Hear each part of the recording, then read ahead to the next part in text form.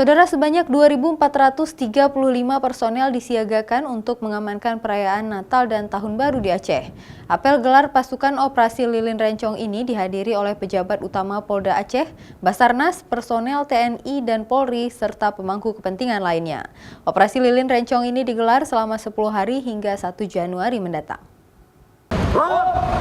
Polda Aceh menggelar apel pasukan pengamanan Natal dan Tahun Baru atau Operasi Lilin Rencong di halaman Mapolda Aceh Kamis pagi. Sebanyak 2.435 personil dikerahkan untuk mengamankan sejumlah titik kerawanan, pusat keramaian masyarakat dan rumah ibadah di Aceh. Apel pengamanan Natal dan Tahun Baru ini digelar serentak seluruh Indonesia untuk memastikan kesiapsiagaan personil dan peralatan pengamanan untuk menumbuhkan ketenangan dan rasa aman bagi masyarakat yang merayakan Natal dan Tahun Baru.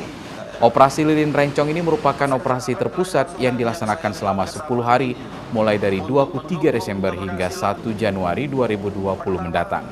Fokus lokasi pengamanan diantaranya rumah ibadah seperti gereja, tempat wisata, pusat keramaian masyarakat, terminal, pelabuhan, bandara, dan objek vital lainnya. Kita melibatkan personil sekitar 2.435 personil. Itu yang terdiri dari beberapa stakeholder yang ada, baik polisi, TNI, kemudian dari unsur pemerintahan, dari organisasi, dan stakeholder yang berhubungan dengan kegiatan operasi Lilin dalam rangka persiapan Natal dan juga Tahun Baru.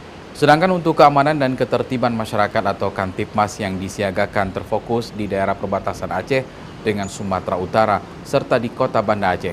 Selain itu personil juga disiagakan di lokasi rawan banjir dan longsor karena Aceh sedang musim penghujan. Selain personil TNI dan Polri, ada sejumlah ormas yang juga ikut mengamankan perayaan Natal dan Tahun Baru seperti RAPI, PMI, serta ormas lainnya.